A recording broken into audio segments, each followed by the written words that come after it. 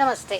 ಇವತ್ತಿನ ದಿನ ನಾನು ನಿಮಗೆ ತಿಳಿಸ್ತಾ ಇರುವಂಥ ಮುದ್ರೆ ಯಾವುದಪ್ಪ ಅಂದರೆ ಅದೇ ಜ್ಞಾನ ಮುದ್ರೆ. ಜ್ಞಾನ ಮುದ್ರೆಯ ಅನುಕೂಲಗಳು ತಗೊಂಡಾಗ ಅದರಿಂದ ಅನೇಕ ರೀತಿಯಾದ ಅನುಕೂಲಗಳು ನಾವು ನೋಡ್ತಾ ಹೋಗ್ಬೋದು. ಸೊ ಹಾಗಾದರೆ ಜ್ಞಾನ ಮುದ್ರೆ ಹೇಗೆ ಮಾಡೋದು, ಇದರ ಅನುಕೂಲಗಳು ಏನು, ಇದೆಲ್ಲನೂ ನಾವು ಇವತ್ತಿನ ದಿನ ನೋಡೋಣ ಬನ್ನಿ. ಮೊದಲಿಗೆ ಈ ಜ್ಞಾನ ಮುದ್ರೆಯನ್ನು ಹೇಗಪ್ಪ ಮಾಡೋದು ಅಂತಂದರೆ ನೋಡಿ, ಇದನ್ನು ನಾವು ಈ ಹೆಬ್ಬೆರಳನ್ನ ಅಗ್ನಿ ತತ್ವ ಅಂತ ಅಂದ್ಬಿಟ್ಟು ಹೇಳ್ತೀವಿ. ಸೊ ಅದೇ ರೀತಿಯಾಗಿ ತೋರು ಬೆರಳನ್ನ ವಾಯು ತತ್ವ ಅಂತ ಹೇಳ್ತೀವಿ.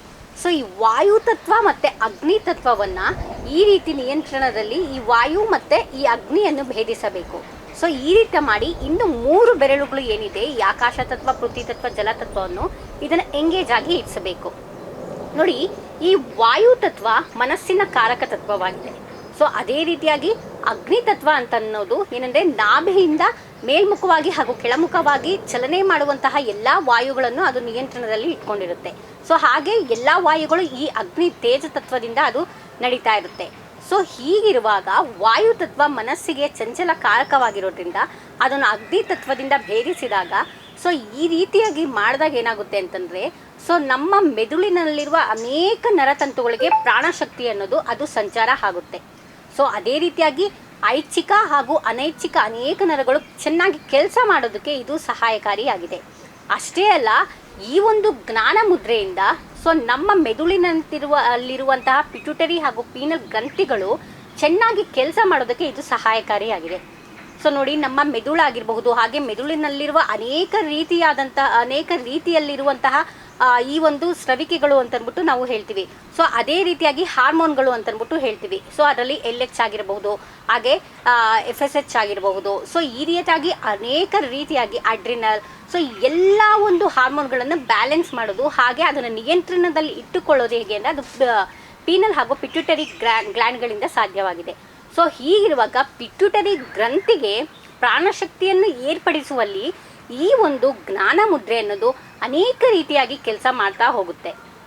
ಅಷ್ಟೇ ಅಲ್ಲ, ಈ ಒಂದು ಜ್ಞಾನ ಮುದ್ರೆಯಿಂದ ಯಾವಾಗ ಪಿಟ್ಯೂಟರಿ ಗ್ರಂಥಿ ಅನ್ನೋದು ಚೆನ್ನಾಗಿ ಕೆಲಸ ಮಾಡುತ್ತೋ ಸೊ ಆಗ ನಮ್ಮ ದೇಹದಲ್ಲಿರುವ ಸ್ನಾಯುಗಳು ಬಲಗೊಳ್ಳುತ್ತೆ. ಸೊ ಅದೇ ರೀತಿಯಾಗಿ ಗ್ರಂಥಿಗಳು ಸಮಾನಾಂತರವಾಗಿ ಕೆಲಸ ಮಾಡೋದಕ್ಕೆ ಸಹಾಯಕಾರಿಯಾಗಿದೆ. ಸೊ ಮತ್ತೆ ಮನಸ್ಸು ಹಾಗೆ ಮೆದುಳು ಚೆನ್ನಾಗಿ ಕೆಲಸ ಮಾಡೋದಕ್ಕೂ ಇದು ಸಹಾಯಕಾರಿಯಾಗಿದೆ. ಸೊ ಯಾವಾಗ ಮನಸ್ಸು ನಿಯಂತ್ರಣದಲ್ಲಿ ಬರುತ್ತೋ ಸೊ ದೇಹದಲ್ಲಿರುವಂಥ ಅನೇಕ ಚಲನವಲನಗಳಿಗೂ ಇದು ಶಕ್ತಿಕಾರಕವಾಗಿದೆ. ಸೊ ಈ ರೀತಿಯಾಗಿ ಈ ಒಂದು ಜ್ಞಾನ ಮುದ್ರೆ ಅನ್ನೋದು ಕೆಲಸ ಮಾಡ್ತಾ ಹೋಗುತ್ತೆ. ಸೊ ಅಷ್ಟೇ ಅಲ್ಲ, ಜ್ಞಾನ ಮುದ್ರೆಯನ್ನು ಈ ಒಂದು ಮೆದುಳಿಗೆ ಹೆಚ್ಚಿನದಾಗಿ ಶಕ್ತಿ ನೀಡೋದ್ರಿಂದ ಏನಾಗುತ್ತೆ ಅಂದರೆ ಜ್ಞಾಪಕ ಶಕ್ತಿ ಆಗಿರಬಹುದು, ಸೊ ಅದೇ ರೀತಿಯಾಗಿ ಕಾನ್ಸಂಟ್ರೇಷನ್ ಆಗಿರ್ಬೋದು, ಏಕಾಗ್ರತೆ ಅನ್ನೋದು ಇದು ಚೆನ್ನಾಗಿ ಮೂಡಿಬರುವಲ್ಲಿ ಇದು ಸಹಾಯಕಾರಿಯಾಗಿದೆ. ಸೊ ಯಾಕೆ ಜ್ಞಾನ ಮುದ್ರೆಯನ್ನು ವಿದ್ಯಾರ್ಥಿಗಳಿಗೆ ಹೆಚ್ಚಿನದಾಗಿ ಹೇಳ್ತಾರೆ ಅಂತಂದರೆ ಸೊ ಅವರಲ್ಲಿ ಏಕಾಗ್ರತೆ ಹಾಗೂ ಜ್ಞಾಪಕ ಶಕ್ತಿ ಮೂಡಿಸುವಲ್ಲಿ ಈ ಒಂದು ಜ್ಞಾನ ಮುದ್ರೆ ಅನ್ನೋದು ಸಹಾಯಕಾರಿಯಾಗಿದೆ. ಸೊ ಹೀಗಿರುವಾಗ ಇಂತಹ ಜ್ಞಾನ ಮುದ್ರೆ ಹೇಗಪ್ಪ ಮಾಡೋ ವಿಧಾನ ಅನ್ನೋದಾದರೆ ನೋಡಿ, ಈ ಮುದ್ರೆ ನೀವು ಮಾಡುವಾಗ ಸೊ ಭಂಗಿ ಕರೆಕ್ಟಾಗಿ ಇರಬೇಕು. ಅದೇ ರೀತಿಯಾಗಿ ಮನಸ್ಸು ಅಲ್ಲಿ ಕರೆಕ್ಟಾಗಿ ಕಾನ್ಸಂಟ್ರೇಷನ್ ಆಗಬೇಕು.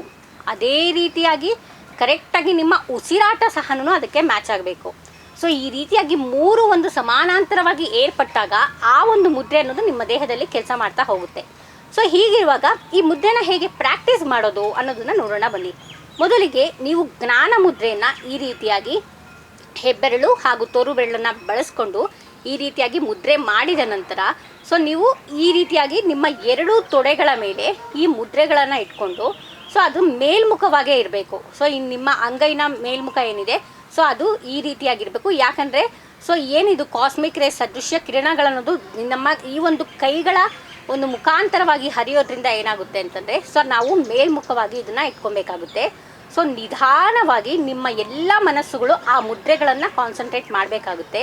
ಸೊ ನಂತರ ಸೊ ನೀವು ಉಸಿರಾಟದ ಒಂದು ಪ್ರಕ್ರಿಯೆನ ನೀವು ಒಂದು ಕಾನ್ಸಂಟ್ರೇಷನ್ ಹಾಗೆ ಏಕಾಗ್ರಯುಕ್ತವಾಗಿ ಮಾಡಬೇಕಾಗುತ್ತೆ. ಸೊ ನೋಡಿ, ಉಸಿರಾಟ ನಿಮ್ಮ ಲಂಗ್ಸ್ಗೆ ಎಷ್ಟು ಕೆಪಾಸಿಟಿ ಇದೆಯೋ ಅದರ ಕೆಪಾಸಿಟಿ ಮೇಲೆ ನೀವು ದೀರ್ಘವಾದ ಉಸಿರಾಟನ ತೊಗೊಬೇಕಾಗುತ್ತೆ. ಸೊ ಈಗ ನಾನು ನಿಮಗೆ 5:4:6 ಅನ್ನೋ ಒಂದು ಈ ಒಂದು ರೇಷಿಯೋನ ನಾನು ಕೊಡ್ತಾ ಹೋಗ್ತೀನಿ. 5 ಅಂದರೆ ರೇಚಕ, ಸೊ ಹಾಗೆ 4 ಕುಂಭಕ, ಸೊ ಹಾಗೆ 6. ಸೊ ಇದನ್ನು ನೀವು ಏನು ಮಾಡಬೇಕಂದ್ರೆ 6ಅಲ್ಲಿ ನೀವು ಎಕ್ಸೆಲ್ನ ಮಾಡಬೇಕಾಗುತ್ತೆ. ಸೊ ಈ ರೀತಿಯಾಗಿ 3ಅನ್ನು ನೀವು ಸಮಾನಾಂತರವಾಗಿ ಮಾಡಬೇಕಾಗುತ್ತೆ. So take a breath, inhale, hold, exhale. ಪೂರಕ, ಕುಂಭಕ, ರೇಚಕ.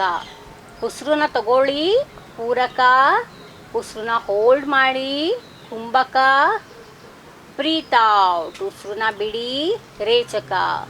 ನಿಮಗೆ ಎಷ್ಟು ಸಾಧ್ಯನೋ ಅಷ್ಟು ದೀರ್ಘವಾದ ಉಸಿರಾಟ, ಸ್ವಲ್ಪ ಹೊತ್ತು ಹೋಲ್ಡ್ ಮಾಡಿ ದೀರ್ಘವಾಗಿ ಉಸಿರಾಟನ ಆಚೆ ಹಾಕಬೇಕು.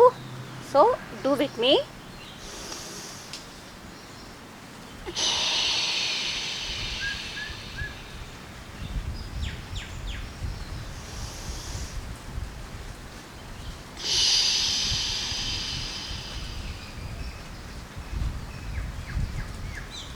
ಸೊ ಈ ರೀತಿಯಾಗಿ ಉಸಿರಾಟ, ನಿಮ್ಮ ಮನಸ್ಸು ಹಾಗೆ ಮುದ್ರಾ, ಈ ಮೂರನ್ನು ಏಕ ರೀತಿಯಲ್ಲಿ ನೀವೊಂದು ಅರ್ಧ ಗಂಟೆನಾದರೂ ದಿನಕ್ಕೆ ಪ್ರಾಕ್ಟೀಸ್ ಮಾಡಬೇಕಾಗುತ್ತೆ. ಬೆಳಿಗ್ಗೆ ಅರ್ಧ ಗಂಟೆ, ಸಂಜೆ ಅರ್ಧ ಗಂಟೆ ಮಾಡಿದ್ರೆ ಅದು ಇನ್ನೂ ಉತ್ತಮವಾದ ಫಲಿತಾಂಶನ ಕೊಡುತ್ತೆ.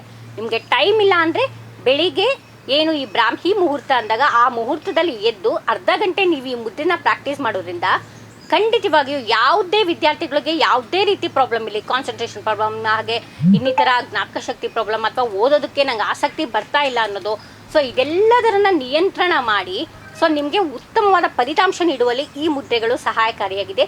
ಕೇವಲ ವಿದ್ಯಾರ್ಥಿಗಳಿಗೆ ಅಷ್ಟೇ ಅಲ್ದಿರ ನಿಮ್ಮ ದೇಹದಲ್ಲಿರುವಂತಹ ಯಾವುದೇ ಪ್ರಾಬ್ಲಮ್ಗಳಾಗಿರಬಹುದು, ಹಾಗೆ ನಿಮಗೆ ಬರ್ತಿರೋ ತಲೆನೋವಾಗಿರಬಹುದು, ಹಾಗೆ ತಲೆ ಸಂಬಂಧಿತ ಏನೇ ಪ್ರಾಬ್ಲಮ್ಗಳಿದ್ರೂ ಅದು ನಿವಾರಣೆ ಆಗೋದಕ್ಕೆ ಈ ಮುದ್ರೆ ಅನ್ನೋದು ಸಹಾಯಕಾರಿಯಾಗಿದೆ ಅಂತ ಹೇಳ್ತಾ, ಸೊ ಈ ಮುದ್ರೆನ ಎಲ್ಲರೂ ಪ್ರಾಕ್ಟೀಸ್ ಮಾಡಿ ನಿಮ್ಮಲ್ಲಿರುವಂಥ ಸಮಸ್ಯೆಗಳನ್ನ ನಿವಾರಣೆ ಮಾಡ್ಕೊಳ್ಳಿ ಅಂತ ಹೇಳ್ತಾ, ಸೊ ಇಂದಿನ ಸಂಚಿಕೆಯಲ್ಲಿ ಈ ಮುದ್ರೆಗಳ ಕುರಿತು ಹೇಳ್ತಾ ನಾನು ಈ ಸಂಚಿಕೆಯನ್ನು ಮುಗಿಸ್ತಾ ಇದ್ದೇನೆ.